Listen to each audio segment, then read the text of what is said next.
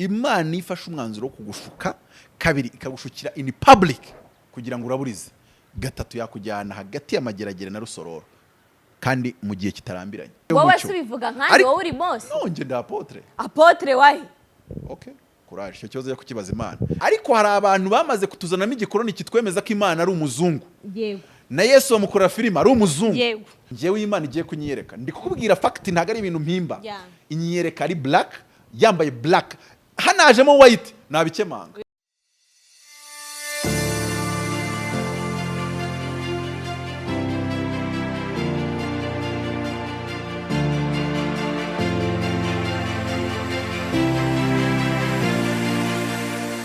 Tubahaye ikaze bakunze mukurikiye day to day, twongeye twagarutse ariko kuri uyu munsi tuje kugaruka ari ibintu bisa nkaho bitandukanye. Ntabwo uyu munsi turi buze kuganira ninde wakubiswe, byagenze gute, iby'iyi mihanda bisanzwe. Turaza kwibanda ku bibazo bigiye nyine biri deep muri bwa buzima buri wese adapfa kugira ikintu abivugaho. Uyu munsi rero nkuko bisanzwe turi kuri Great Hotel, aho waza ugafata icyo kurya icyo kunywa, ugafata chambre nziza, niba ufite umukunzi wahamusohokana ubuzima bukamuryohera. Kuri kamera za day to day turi kumwe na Apotre Mutabazi. Mutabazi, umeze gute? Urumva wiyumva gute kugeza aka kanya? Bibiri ravuga nta mahoro y'ibyaha ni kuiteka avuga, none nge sindiwe, ubwo bivuze ngo amahoro ndayafite, meze neza. Okay, amahoro urayafite. Burya ibintu by'Imana atari ibintu bapirata. Ubumana butuma umera neza no matter how. Iyo usigaye upanika ku kantu kose uhuye nako, kuko abantu bakuvuze ngo muri media kuni Yesu bamuvuze, Yesu baramuvuze ibintu bingana kimwe cya kabiri cy'icyo bamuvuze. Oya, ibya Yesu byo birihariye kandi we yari yavuye mu ijuru, nge ntabwo navuye mu ijuru. Okay. Bamwise umusinzi, bamwita yuko akundana n'imbeshu cyangwa se amasire queen za Maria n'abande bose. Avuga ko ari inshuti y'abakoresha bikoro. So kandi burya umuntu akwese inshuti y'abakoresha bikoro barabambuze. Okay. Kuba rero umupasiteri uzi ko batazakushinja Abesikoro, sha ubu uri kunsetsa. Ubuya none se naseka gusa nkihena. Ako bundi bavuga ko uri pasiteri, sibyo? Uri pasiteri nge mperuka mu minsi yashize barashyizeho ikintu cyo kwitwa pasiteri ari uko ufite za nyandiko n'izibiki. Oya, nagari cyo bavuze. Ahubwo baravuze yuko umuntu yiyobora urusengero. Okay. Cyangwa se muri ba ya timu ya hagati y'abatanu barindwi ugomba kujya ku byangombwa bajya gushinga umuryango nyine wa gikristo cyangwa se itorero. Hagomba kuba harimo byibuza umwe ufite lisansi ya theology. Okay.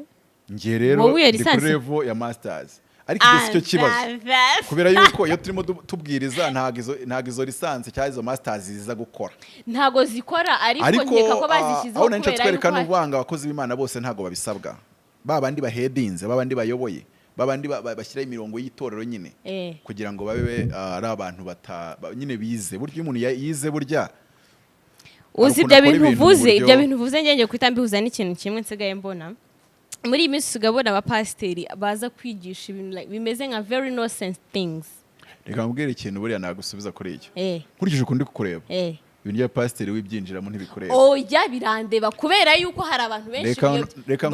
Buretse nk'urugero, ejo bundi mperutse kubona ni video aba mama kwa kundi bajya mu bintu by'amasengesho bayimuhetse arimo azizini wayavuga mu ndimi amubwira ibye. We yari ari kumusengera ngo Imana ngo imuhe ngo miliyari 200. N'umumama ubona nawe ubwe ntariho ari kugusengera ngo Imana iguhe miliyari 200. Uko se uvuga ko miliyari 200 zitaba ku isi? Oya, zibaho, ariko ntabwo uzambwira ngo wewe ngo pastor Apotre niba udafite 100 ngewe uzansengera. Mose ko yasenze inyanja itukura igacikamo kabiri, ari miliyari 200 no gucikamo inyanja kabiri, ni iki gikomeye kurenza ikintu? Yakira gihebwo Imana yakoreragaho, kandi ubu ngubu ntago Imana igikoreraho. Reba rero nakwinjije mu ikosa nawe ryinjiramo. Nda Apotre ndi imbere yawe umeze nkaho uri kungisha impaka ko bya Bibiliya.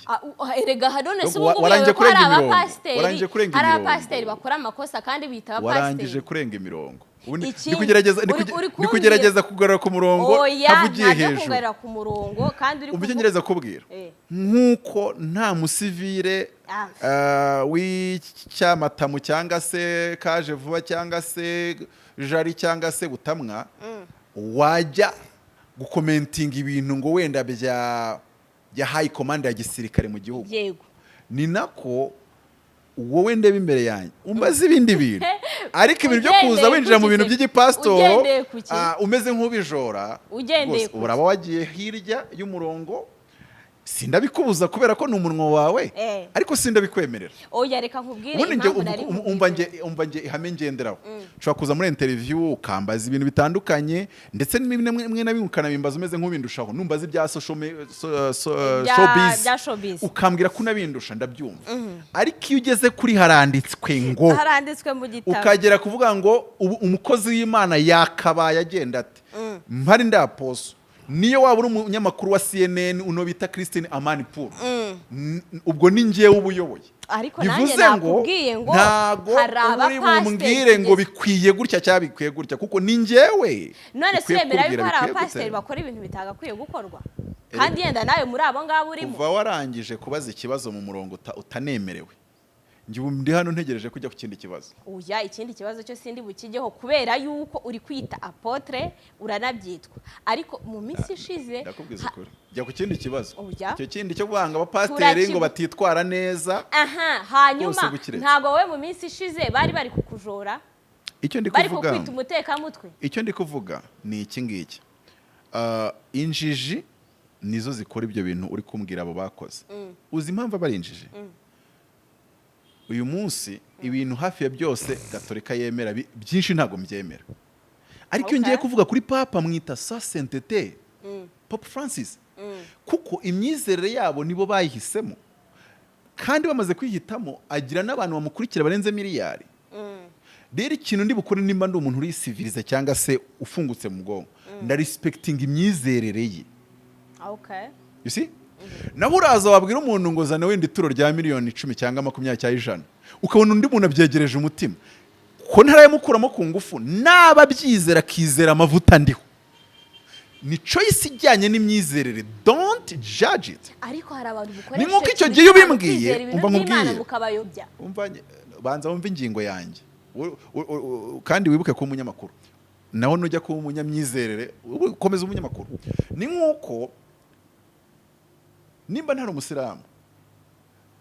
ni nkora ikosa ryo kubyinjiramo atakaza ngo ariko kubera icyo bari gusara ngo bagira gutya ngese ubundi kukikoro wandi bamwe ngo mu cyarabuze aho hantu ndaba ninjiye imbibi ndaba ninjiyemo ntagaziso bivuze iki bivuze ngo iryo ni ikosa nabonye abantu benshi bakora mu myizerere none bagashiduka bisa abantu ngo ni abatubuzi ngo babyita byinshi ariko bakiyibagiza ko imyizerere we ashaka kujajingira imyizerere yanjye muye urugero nubu uri umwangirikani ukajya kujajinga ko umuntu yamaye ituro rya miliyoni 100 abantu se bagize ngo bampagurukana wagize ngo ntibatangiye kuvuga ngo navuze ngo pariseri y'inyamata ahubwo na n'uyu munsi ndacyabikomeyeho ngo narabona umuntu ampamagara ambwira uburyo hari pariseri y'inyamata inyamata nta pariseri zibayo ndetse nabivuze nkina ariko nanone bisaba ubyizera uwo turi gukonekita mu mwuka kumva ibyo mvuze ushobora no kuvuga pariseri za Nyamata hari abantu 100 b'inyamata banazifite ariko umwe wenyine akaba ari we yumva ko ari we bireba Yesu ahamagara ngo Lazaro azuke hazutse Lazaro wenyine noneho ubwo ikibazo mbasigaye nibaza pariseri ya Nyamata navuga ko ari ya Lazaro utari Lazaro yabyegereje umutima gute ariko aho ngaho haba harabayeho guspecifya izina runaka buriya ni nkuko niyo umuntu ubwiriza bano banerekwa akavuga ati ndi kubona hari umusambanyi bari abantu berekwa se nawe wikinjira mu myizerere cyane ngwaye urugero w'ibyo oya paste nushaka kudevelopinga sije yo kwerekwa urabugiye handi hantu ndakugaruraho gato nawe berekwa wenda tuvuge ati hano harimo umusambanyi naze yihane Imana imugire neza hashobora kuba umusambanyi 10 no kuruhimbi wenda muri abo bicaye nta wamenya naho icyo cyaha cyahagera ariko ibintu byo mu Mana buriya ntago ari kwa ujyumura umuntu wese agira umunsi we wo gukirizwamo bivuze iki bivuze ngo ushobora kuba arabasambanyi 30 ariko Imana ishakamo umwe cyangwa babiri ariko iyo bivuzwe akaba ari umusambanyi wicayemo wumva nubwo abikora ariko atari igihe cye cyo guhaguruka ngo ajye gupfukama cyangwa se ngo murambike ibiganza cyangwa se n'iki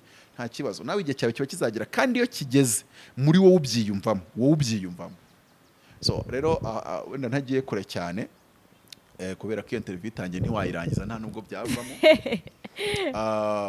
cyane yuko nge ntemeranya nabyo. Okay. Ntago nemeranya no kuba naba nda apotre umuntu utari na diakone akaza kumpata ibibazo ngisha impaka mu bya Bibiliya.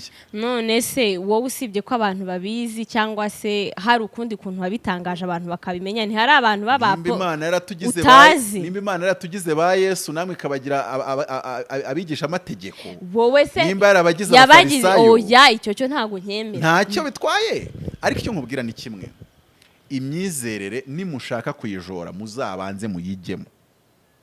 Buriya nacyo kintu nemera. Umuntu uza kuvuga ngo njye abahanuzi, uravuga njye abahanuzi urahanura. Nimba ushaka kujora ubuhanuzi, banza usenge winjira ikirere cy'ubuhanuzi nawe uhanure. Umva nkubwire. Abahanuzi barahanuye ku bwa Mose barabicurika. Bamaze kubicurika no kubicurikanga barazabaza Mose ngo tuzamenya gute ko umuhanuzi ari uwa nyawe? Babibaje Mose kuko yari umuhanuzi. None wowe wenda witwa Kadubiri okay, uje gukora debate y'uburyo abahanuzi muri Kigali basigaye bitwara. Oya ariko abahanuzi bo muri Kigali bo nabateka mitwe. Uyigize Scovia wa kabiri. Nabateka mitwe bigendera. Nabajya avuga ku bantu ngo babakozi b'Imana. Oya reka nkubwire nimba mushaka kuba abantu basirimutse basobanutse. Nimba mushaka kuba abantu basirimutse basobanutse. Don't judge something you don't belong to. Wiza gukora urubanza mu bintu utabamo. Uzi ikintu muba muri gukora? Ni nk'uko wa mwadeperi w'indani ku karago yaza kujudginga showbiz. Reka nkubwire, sinzi uburyo ibyo bintu biri buze kurangira uko abyumva nuko abibona. Ntago nanakubujije ngo ntago watanga igitekerezo, ariko kiba ari igitekerezo se nabwira ngo iki, ubu ukeneye ahubwo kujya ku yindi deba yindi yo kumenya ko abantu duteye bitandukanye, twizera bitandukanye, dutekereza bitandukanye, harimo diversity. Noneho warangiza washaka kuvuga umva icyo ngucatse kuvugira, washaka ibyo byose uri kuvuga utari Mose, igihe cyose utaraba Mose, wenda bimbaza ushaka kugira ngo mbitange umucyo. Wowe subivuga nkandi wowe uri Mose. Nonge nda apotre. Apotre wahi? Okay. Courage, icyo kibazo cyo kukibaza Imana. Nige ntabwo izo debanya nzijyamo. Nda apotre ibyo byahakanywa n'Imana yonyine. Igihe rero Imana itarabihakana, kiretse abantu bavuze ati rero igihe tutarakubonaho amavuta y'icyo kintu turakuretse. Ariko nanone nundeka ni nkuko nanjye naretse papa, ariko sinamuretse ngo abantu bose bisi yose bamureke. Azakomeza ari papa ufite abashumbye miliyari, nanjye mbapotre nishaka ncumbi 100 cyangwa 12 na Yesu yashumbaga 12. Mose niwe ufite rights zo kuvuga what can we do about these false prophets. Bwa kabiri babibaza Paulo ubwo ni mwisezano rishya, abwira abantu ati mwirinde izo mbwa. Ntago yavugaga ariko abahanuzi. Aravuga ati mwirinde abakeba gukeba kubi. N'abantu bazanaga inyigisho zipfuye zivuga ko agakiza katabonerwa muri. Anyway, ariko nashatse kwinjiza navuga ngo tuzaba basirimu ryari igihe ushobora kudebatinga ku bintu temera ariko ukamenya imbago zawe.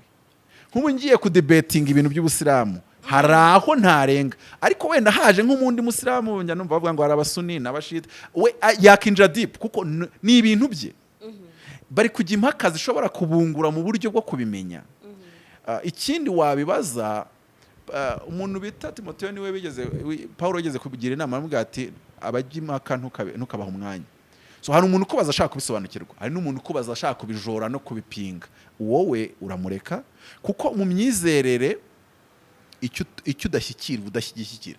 Reka nkubwire, mba mu myizerere y'abantu berekwa bakavuga yavuze bakerekwa bagahanura, impano ni nyinshi n'ibitangaza bigakoreka. Ariko nanjye ari ibintu mba ni nko mu rusengero, impano z'umukozi w'Imana rwose nkabona birancana, simbishyikiriye. Ufite yo kutabishyikira ntibisobanuye ko bitabaho. Ntekereza ko Mose acamo amazi kabiri, wasanga Aroni yarabirebye avuga ati ibi ngibi byo noneho nagenze kera kubusa, ibi byo bigize gute birandenze. Hari ibintu byinshi rero njye aho ngaho wenda ntago ari ukwanga gusubiza ibibazo byanyu, ahubwo rimwe na rimwe hari igihe mba mbona tunagiye no muri fundamentals za debate cyangwa se z'ibiganiro, twarangije kumera nk'abatandukira. Kuko nge nemera iki, abantu baje ari batanu bose ari abahanuzi, tukajya gucriticizinga ibibera mu buhanuzi nabyumva, kuko bari kuvuga ibintu bumva banazi. Nihajya kuboneka abantu bari gukora ubundi wenda nuko natwe tujya tubikora hano, ariko ubundi ku rwego rwiyubashye cyangwa se rw'isi global, nk'iyo bagiye kuvuga ngo ninde uri buvuge ku ntambara y'Uburusiya na Ukraine irizarangira gute gutya, bazana umuntu wenda uri retired general wakoze mu nzego z'umutekano wenda w'ubutasi n'ibicyo kwaza, akaba asigaye wenda ayobora kampani ya security privé, akaba ati tubwira urabona iriya ntambara gute, kuko ari kubivuga out of knowledge. Nitujya muri showbiz turazana umuntu wenda wari umuhanzi akavamo akaba producer, uyu muntu nitumubaza aratubwira ibintu bifatika. So naho ugiye kumbaza ibintu wenda by'umuziki mu Rwanda nk'urugero, abahanzi mbona bawe wagira ngo barasinzire bose, ntawe ukisohora indirimbo, ibitaramo ntibigisoka ugereranyije na mbere. Ariko ubajije umuntu wabibayemo cyangwa bibamo, yavuga ati rero iyi minsi aya mezi turimo, yagukubita fact, yarangiza kandi akanakwereka ati buriya guhera aya mezi tuzagira gute, tuzakora. Yaba afite ibintu, ariko nubifata wenda nanjye nubwo nabivugaho ndi umuntu ujya wenda yisanisha nabyo, kandi buriya na lyrics z'akinyuma mba nziza, urumva ko byibuza navuga hari utuntu nzi. Niba none ugiye ukabaza umuntu hora ku karago utajya akurikira actualité, uyu muntu ari buza avuge ariko ntago yaqualifyinga kuvuga kuri iyo sije. So nigarukiye rero avuze uti abakozi b'Imana rimwe na rimwe abantu abatabyumva nta nubwo bakeneye no kubyumva. Igihe cyabo cyo kubyumva nikigera bazabyumva, igihe batarabyumva binabyumva. Umusazi umwe niwe babwiye ati ndangira ahantu gutya hari aka clinic gutya na gutya, anga tumanuke ukate nugera ahantu hari igipangu cy'umutuku ukinyura inyuma, ati nugera ahantu hari akarompo uzenguruke, ati wongere umanuke, ati nugera ahantu hepfo hari igipangu cy'icyatsi, atuhagarare bigucanga. Nanjye byarancanga. Ibintu by'imyizerere hari igihe abantu baba bashaka kugira ngo imyizerere yose ayikombayininge muyumve kimwe, icyo gihe ntabwo byaba kibaye imyizerere. Ariko ikintu cy'imyizerere kiba gikeneye ubusobanuro bwinshi kugira ngo ukonveka abantu. Igisubizo kizima ni iki?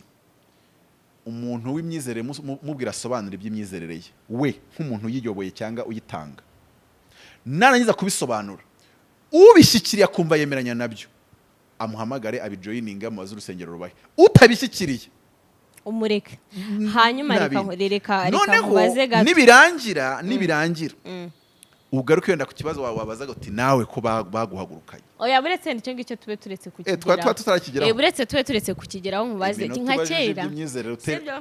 Ntenda kubigusobanurira. Ubinsobanurire kuko ntenda kubigusobanurira. Bambwire Mutaba, hari nka kera nge nkiri muto yahabaga ibintu by'ibiterane, ukasanga abakristo bakoze igiterane, nk'umuntu wari umusiramu akahita ava mu basiramu akajya mu bakristo. Habayeho yuko barigisha n'abasiramu batanga umuceri w'ipirawu nuko batakibutanga neza, abakristo bagahita bajya mu gisiramu. Okay. So ku mpande zombi. Yego. Umuntu nyine akaba yava mu dini rimwe akajya mu rindi dini. Nakubajije nti kugeza aka kanya hari abapasiteri, abantu bamwe na bamwe bavuga yuko bakora ibintu biri out of line, bakora ibintu batazi. Nibyo nari ngiye kuguha urugero. Hari umupasiteri witwa Claude kuri case Yabamporiki bavuga ngo niba mufunga ngo azatangwa ajya gushinga akabaringa, icyo gihe ibintu nk'ibyo ngibyo abantu bakavuga bati uyu mupasiteri yita umupasiteri ariko ibintu akora. Abo bantu bavuga se n'abapasiteri ababivugaga n'abapasiteri. Ujya ni abantu basanzwe nkatwe twese, basanzwe sari abakristo ashumbye cyangwa asanzwe bahanurira wenda baremeye amavuta ye yagihanuze. Ni abantu basanzwe ajya kwikorera amabuye mu migezi. Ntabwo umuze ajya kwikorera amabuye mu migezi. Icyo ndi kuvuga ni kimwe. Nimba imyizerere utarayijoyininze ariko nyine n'impamvu utayijoyininze nyine nuko utemerana nayo. Uru rugendo rwo kugira ngo umuntu akwigi, reka tuvuge yenda nkanjye iwacu n'abasiramu, kugira ngo unkonveke vuga ati niba ko hari abapasiteri bameze gutya, nkaba mbona pasiteri Mutabazi ari kuvuga ibi kandi ibi nkumva ari ukuri, ariko nkabona n'abandi bameze gutya, ndafata iki ndeka iki, urankonveka gute kugira ngo mvuge nti noneho mvuga uburyo byoroshye. Ni ntagukonvenka urankonveka kandi uri kubisimbuka ukavuga uti abo bantu undi mupasiteri ibyo akora nibitagukonvenka hari undi uzagukonvenka. Byose nibitagukonvenka. Uwitwa Sawuli yakubiswe rugondo ihene n'imbaraga zitagaragara, nta muntu wamubwirije. Yageze kuwageraho witwa Ananiya yamaje kwemera Imana ni umwuka. Ni nayo mpamvu ngewe iby'Imana iyo mbona utabyumva nta nubwo nirwa mpangana nawe nko kuvuga iki. Imana tuvuga ntago ari science. Imana tuvuga ntago ari science. Reka mvuge nk'Imana tuvuga ni nka electricity, kandi navuga ngo ni high voltage. Electricity sinaza kugukonvenka kibaho, wenda naza kwigisha uburyo babara ubwinshi bw'umuriro, babara wenda uwo muriro nimba wakora mu ruganda cyangwa utakoramo, ariko kwemeza ko electricity baho naza nkagukoza urutsinga ku kaboko. Ubundi nkakubaza ngo wumvisha iki. Imana rero nuko imeze, ntago ari ibintu usobanuza, you see, ntago ari ibintu bya science by'amagambo, ntago bisobanuza akanyuguti. Ariko Imana ni umwuka ubwenge bwacu Mutabazi. Icyo ngiri kugereza kubwira, sinzi nimba wacyumvisha, imyizerere utemeranya nayo yireke. Mbere yuko abemeranya nayo bakoze iki kugira ngo nyizere? Bafite impamvu bayizeye. Wowe uri mu nshingano zabyo. Icya kabiri, nutayizera uzaguma mu yurimo. Nubi yurimo ari ubuyobe, it's up to you. Na Yesu yavuye mu isi atabwirije abayuda bose, aragenda. Ngeze ubwo ngiye gukora akazi ko kubwiriza bose bemeye. Icyo katukireke, ariko ntago wansobanuriye neza nkuko uriya muntu wavuze ngo umuntu natajya mageragera. Nk'urugero, nta muntu wundi wagomba kubivugaho uretse njyewe n'abandi bakeya. Wowe n'abandi bakeya se gute? No, reka mbigusobanure nyine. Reka ntago uri hano kugira ngo mpakanye.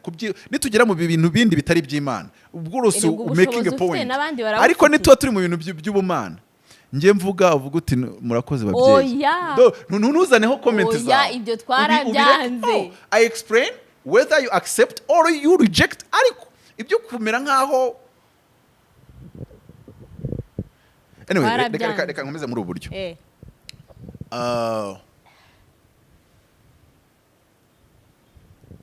Kiriya kintu cyamubayeho cyari cyemerewe kuvugaho n'umuntu w'intumwa, apotre. Kabiri, ubasha kugira iyerekwa. Gatatu, umwigisha. Ntuzubibaze mwarimu cyangwa se ngo bibaze diakoni cyangwa se undi muntu ngo kuko ngo yabatijwe amazi menshi, ko ntare umenye iby'ibyo bisobanuro. Nakubwiye ngo niyo mpamvu bagiye kwaza Mose ngo ko bahanuza asigaye baduhanura ibintu ntibisohore.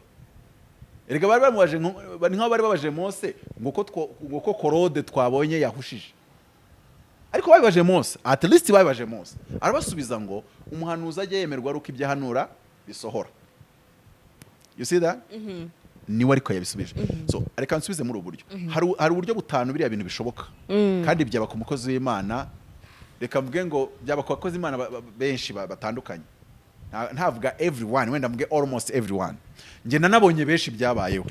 Muri Kigali sinzi ko ari n'uwampagarara imbere ngambwire ngo ntibyamubayeho, ahubwo wenda circumstances nizo zatandukanye byagiye biberamo. Ndagwa muri ubu buryo. Icya mbere, bishobora kuba kuko kuba atazajya amageragere yabyizeye kuri level yo hejuru. So iyo ibintu byizera kuri level yo hejuru bitangira kwa peeringa mu mayerekwa yawe. Ntutandukanye what you believe and the revelation. Nk'urugero, nemera ko Imana itagira ibara, ariko kiramutse igira ibara yaba ari umukara nk'iyo kamera, black, not brown. Ariko hari abantu bamaze kutuzanamo igikoroni kitwemeza ko Imana ari umuzungu. Yego. Na Yesu bamukorera filime ari umuzungu. Yego. Abo bantu yagize iyerekwa. Umuntu yakubwiye ngo nabonye iyerekwa, akubwira ko ngo yabonye umugabo w'umuzungu wambaye ibyera. Njyewe Imana igiye kunyereka, ndi kukubwira fact, ntago ari ibintu mpimba. Inyereka ari black, yambaye black, hanajemo white, nabikemanga. Ariko bishatse nko kuvuga iki? Bishatse kuvuga ngo Imana ko nta kara iyo igiye kwiyereka yitizaho kara, ariko ikitiza kara zishingiye ku byo wizera. You see that? Bivuze yuko buri wese imyizerere yiwe ashaka kubona ko Imana ari pink, wowe ukayibona ko ari umukara. Umwadeperi ntabwo ashobora kwerekwa Bikira Mariya.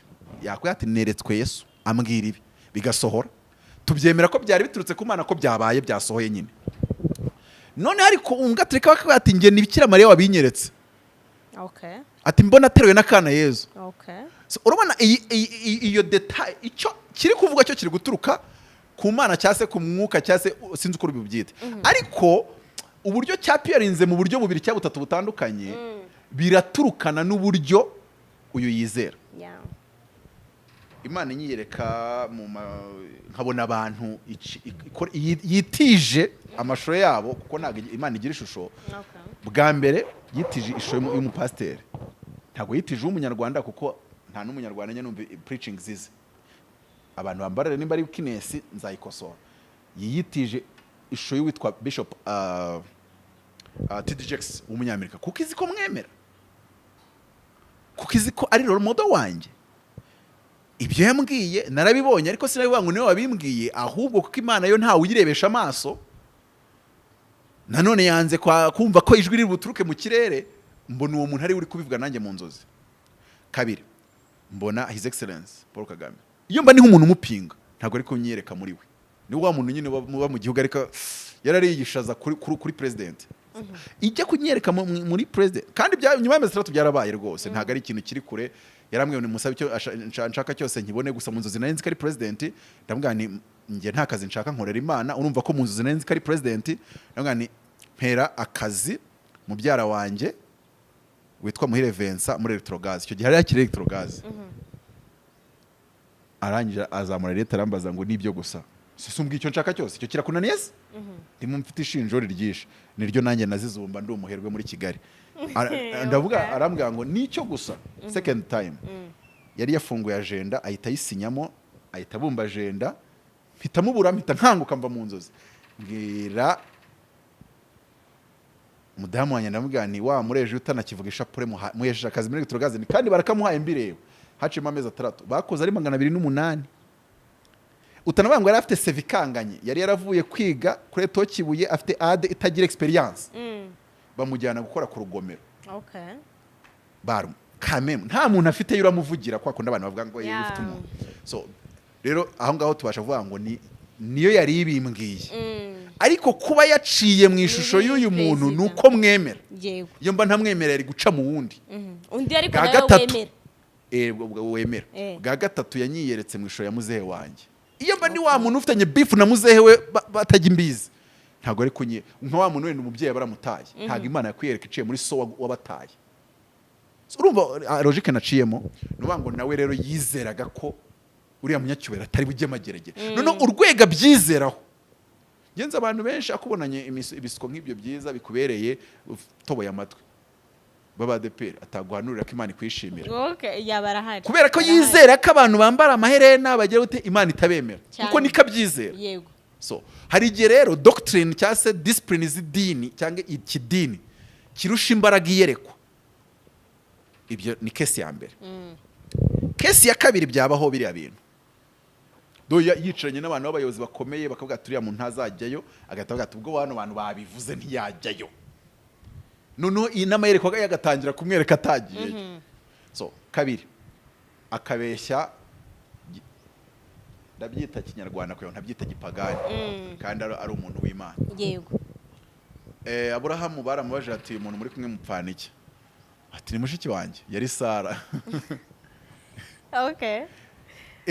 bijya bibaho yuko umukozi w'Imana akubeshya byanyabyo abizi abishaka abigambiriye abizi abishaka bese akavuga ko atari bujyeyo ari ukubahatisha senkani nawe abizi neza ko kubahatisha gusa byemerwa ko umukozi w'Imana bikora ryari donc simbona hariya ko byari ngombwa kubeshya aho umukozi w'Imana yemerewe kubeshya si hariya urugero u Rwanda rwavuze ko ingabo z'u Rwanda zitari muri Kongo ukaza ukambaza uti kujya werekwa uri kwerekwa ko zagiye muri Kongo ndakubwira ni ukuri kwito iyo mwijurire inyeretse ko zitari cyo nkirahira harwita ngo ubwo ntago baye umukozi w'Imana ego gaho bayivuge ko ziriyo urasobanana naho zaciye zijyayo ariko nabyeretse uba wirimise mu mikorere yawe umukozi w'Imana agomba kumenya uburyo akorana n'inzego z'igihugu kuko Bibiliya itubwira ko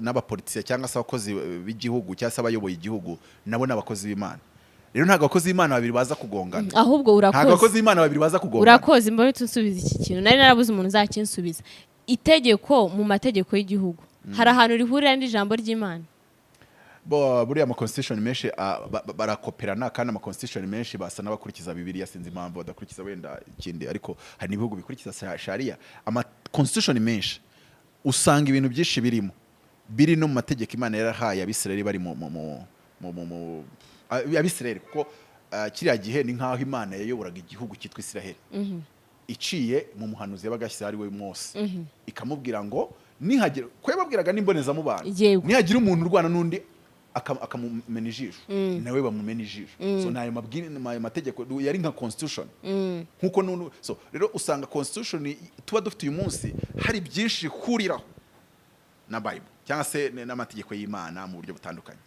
wenda ntago ba exact kubera ko n'igihe kigenda cyevoriwa ariko ni muri ubwo buryo wenda uraza kubaza kundi nakubwira ibintu bitanu bishoboka byabaye kuri uriya mugabo icyambere nuko ari ibyo yizeraga ko Imana ari igize ibara uzima umuntu avuze ngo Imana igize ibara yagira umukarase nuko uvanze amabara yose Imana ntabarigira igize ibara yagira amabara yose kandi amabara yose yavangiye hamwe bibyara umukara uzabikora uvange umutuku umweru umuhondo oya uvanga amabara yose ya koroge bibyara black yose nta na rimwe rigizemo iyo siyansi mukororombya aba wayegeranyije ntago wayavanze nyine ugafata ari amabara yo mu mukororombya umukororombya ntago urimo yose ni amabara bahisemo ariko barayegeranya ntago abavanze njye ndi kuvuga kuvanga amabara yose bibyara black donc logic naho ituruka iyo siyansi ntayo nari ikindi Yesu yari igikara ni byinshi cyane Edeni yabaga muri Afrika ariko aho tutahaje ukuri kuvuguriza ijambo ry'Imana hari ahantu handitse muri Bibiliya ngo Yesu yari igikara hari ahanditse yuko Dawidi ngo yari umusore ngo w'inzobe y'uburanga hari inzobe yuzuye umuzungu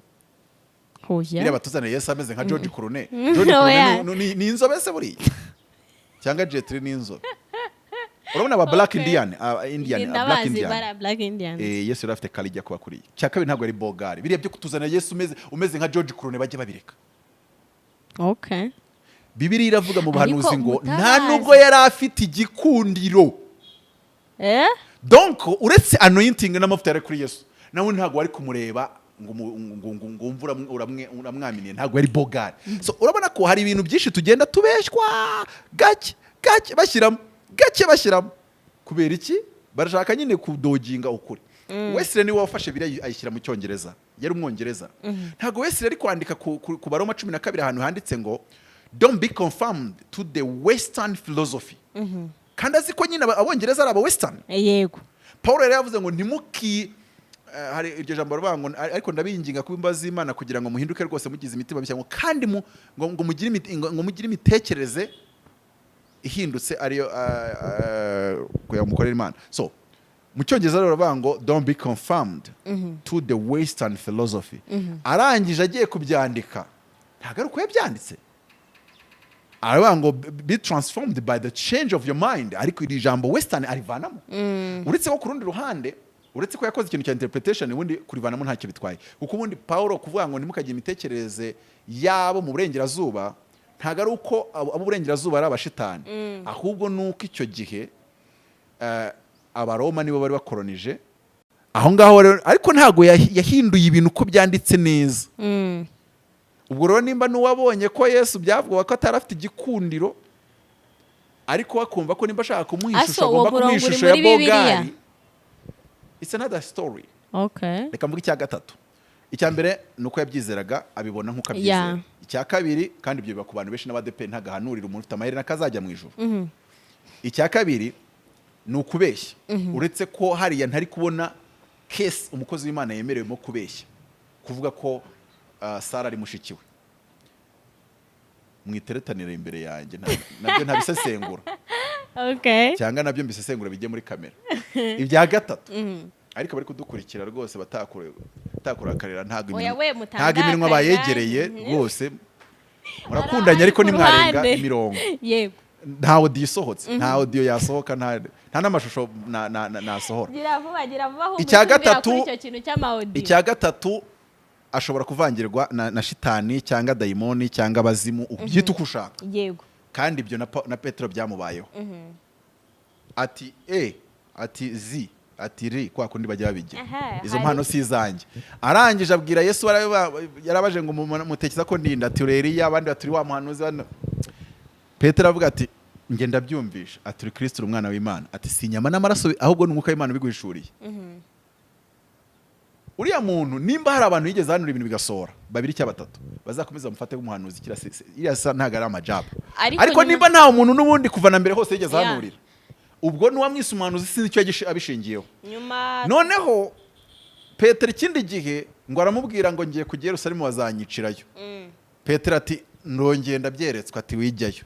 Yesu aramubwira ati mva inyuma Satani. Nko kuvuga ngo none uyu munsi si inyama n'amaraso ariko si n'umwuka w'Imana ubikweretse, ni Satani ikongoreye ngo umbwire ibyo.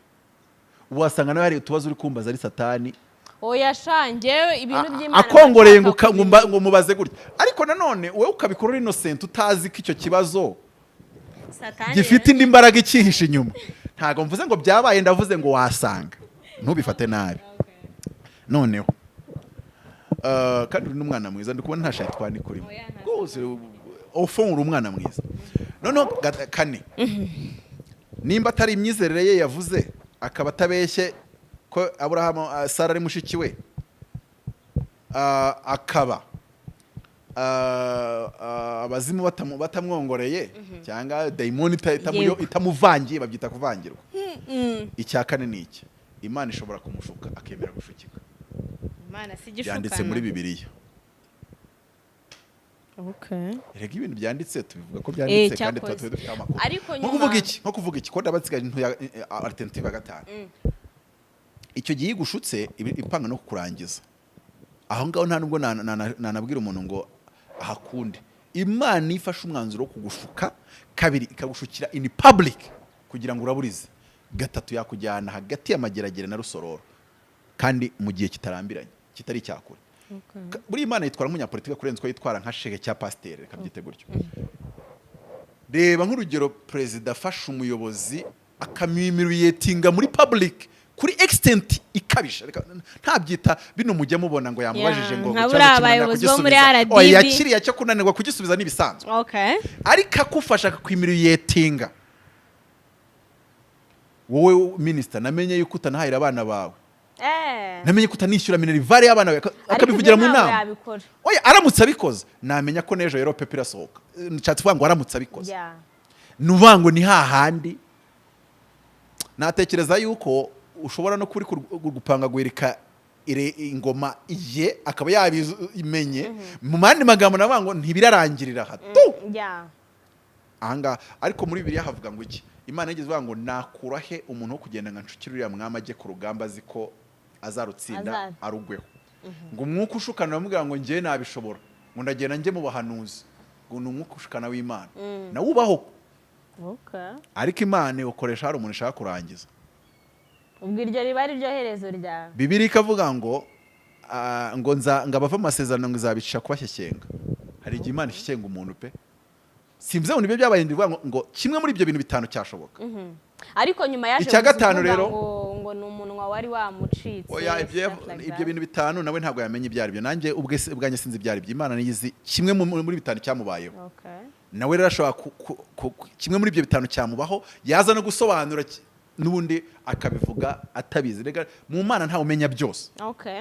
Icya gatanu Imana ishobora kubimubwira koko yarangiza nibikore. Iryo jambo rero niryo rikunda gucanga abantu babwirijwe inyigisho zo ku gice zivuga ngo kuko ari nta jambo Imana ivuga ngo rihere ngo mvugira ngo amina. Iryo ni inyigisho yo ku gice. Muri Yeremiya 17:17 hagaragaza ko Imana ishobora kuvuga ibintu ntibikore kandi igakomeza ikitwa Imana kandi ariyo yabivuze. Ubwo umuntu aba yitwaye nabi.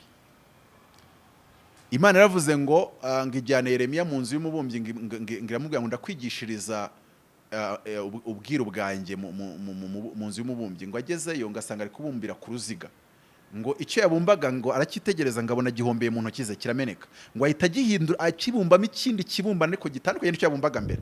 Imana amubwira ngo wabyitegereje, ngo namwe mumeze nk'ibumba mu ntoki zanjye, ngo nshobora kubabwira ibintu byiza nkabwira ngo nturajya amageragere, ngo warangiza ukitwara nabi, ngo nkahita mbihinduramo ukajyayo. Ngo kandi nshobora no kuvuga ibibi, ngo mwahindukira mukitwara neza, ngo nkabihinduramo ibyiza. Urugero Hezekiya yamubwiye ko agiye gupfa ngarage, arangije agiye ikintu akora, isubira kuba mubwiye ngo agiye kuragira mubwira ngo subira mubwire ngo nyongera 15. Buriya si yongera 15 ntige kwibwira Yesaya ni ariko mari gihe kirekire bavuga ati sha waratubeshye. Ndafata undi Nowa Yona agiye ininewe ati mu minsi 40 hararimbuka, atera n'agatebe ku gasozi ategereza ko 40 irangira. 40 irangiye kumbe barasenze basaba Imana imbabazi bariye. Uzi ikintu Imana yakoze ntiharimbuye. Yona ati kuki wambwiye ngo mbabwire ko azarimbuka nkababwiye ko azarimbuka ntuharimbure. Imana itize ko bahindukiye bagira ngo mbikore kuki utagarutse kumbwira nese urankoresha cyangwa gukoresha Imana ntago tuyikoresha njyewe nza abahanuzi benshi kandi nemera banamanura ibintu bigasohora banahanuye n'abandi bigasohora ariko bafite n'ibintu bambwiye bitasohora ubu se ngende basore mu nsengero muri Kigali ko nabamaramo Oya ngiye kubasohora nabamara ngiye mfata ukuboko umwe ku wundi nago wabasohora kubera nshatse kwereka ngo nimba hari bitanu bahanuye bigasohora hakaba hari bibiri bitabaye tubigendemo gake nabyo mu buzima busanzwe bwa buri munsi tubigendemo gake umuntu akora neza na nabi cyabaye mu kirere cy'umwuka ntiwamenya cyabayeyo ikindi nibyo nabivuze nari ndi ku ingero z'ahantu Imana agiye ivuga ibintu ariko ntibibi ku bantu batanabizi Imana rero yavuze ko Abisirayeli bazamara i Babuloni imyaka 70 Daniel ajya gusenga amasengesho y'imisi 21 bari bamaze imyaka 90 kandi byari byarahanuye nande se sibaye Yesaya bari bagije imyaka 90 kandi Imana yavuze 70 aho hantu rero hari mu bwira ubwishi ibindi nama iby'Imana tujye tubiharira Imana umuyema ayo magambo atari yo yari yanzanye kuyambaza umuntu uri kunyumva ze guhiga nimero yanjye amamagare amene ako nanjye nkunda kumva ibintu by'ijambo ry'Imana wowe nyibona buryo abana barwanya ituro reba nk'aya magambo yose mvuze kandi abana banjye bagomba kurya kandi basanga ayo magambo hari umuntu afashije icyo ndi kuvuga Imana irahemba nese nimba gikorwa ntihemba oya izaguhembera mu bindi bitari ndakubaza nimba gikorera ntihemba none se amafaranga yabikaye mu bana Bibiliya yavuze ngo isi niuze nibyo witeka mu bana ngo isi n'abayirimo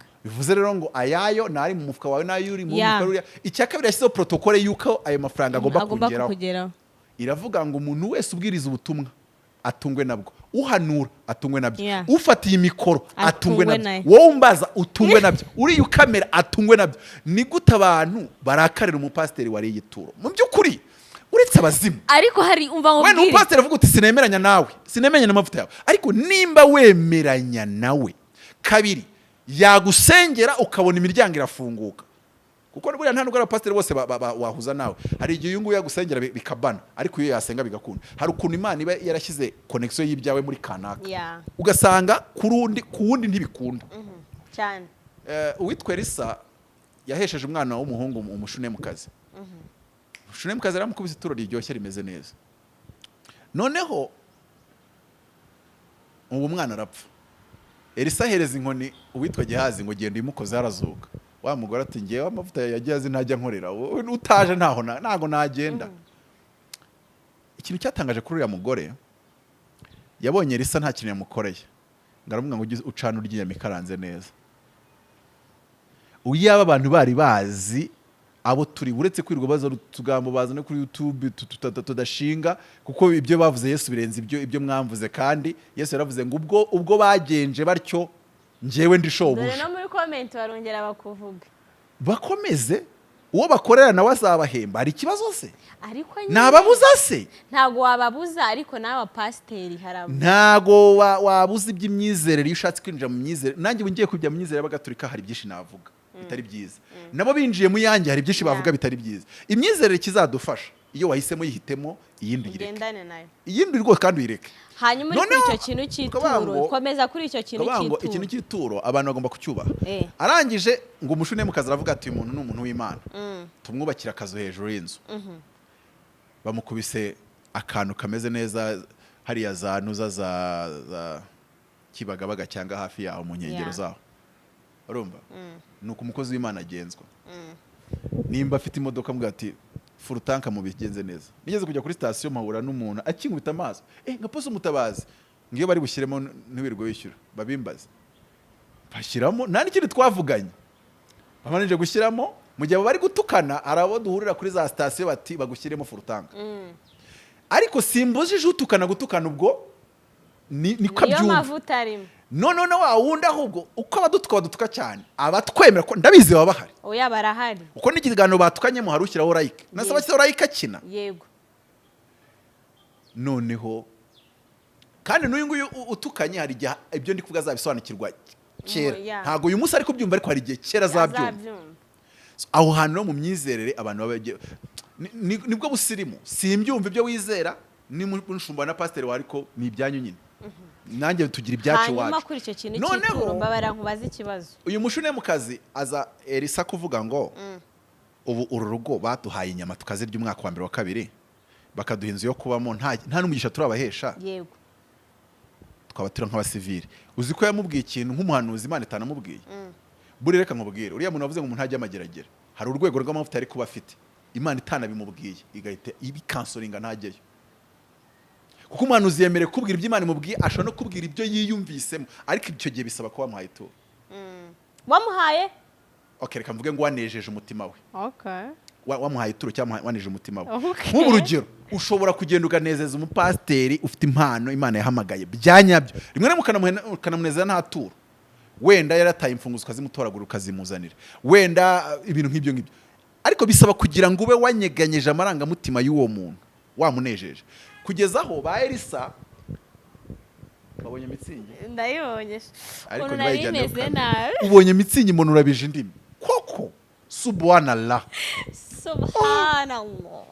harashyushye ubushyuhe muri Kigali si uri kubwumva ariko iriya oranje ashobora kuba ariyo yawe abadukurikiye nabo basuka amazi aho bicaye nabo bamanura ariko mutankura mu mwuka kuko ndi kuvuga ku turo kandi iyo ndi kuvuga ku turo bani mu yandi yego mujye mwitonda na leta iri kuvuga ku misoro mbona ishishikaye uzi leta iri kuvuga ku musoro baradushishikaza se ko bakora na publicité rero aho hantu ntimukabipfe njye buriya wambwira uturiya mupasiteri simwemera ibyo akora ntibinkorera ntibigirira umumaro ariko nimuvuga ati yarasenze mbona akazi asenze mbona promotion asenze mbona inzu mu by'ukuri nimba kandi inyizere yawe ikakwemeza ko yabigizemo uruhare mu isi y'umwuka kutamuha ituro ufite n'abazimu ufite n'ikibazo gikomeye nta nubwo wakarimuhaye abanje ari gusaba ngo abantu basigaye basaba amaturo bamaze iyaba wagenda gukarimuha atari gusabye nk'uwo mushunemu ntago yakari gusabye ukumva kuri ikintu Elisa yavuze yaravuze ngo tumumarire iki ko yatugiriye uwo mumaro wose baramuhamagara uwo mumama nubwo yaramwubakiye inzu Kibagabaga akamwicaza Mariyoti bakarya uwo mumama yaraje ngo ageze ku rugi rwa Elisa yubika umutwe sinye yo kubaha umunyarwanda agwaye ituro rya miliyoni 10 ashaka gukandagira ugakana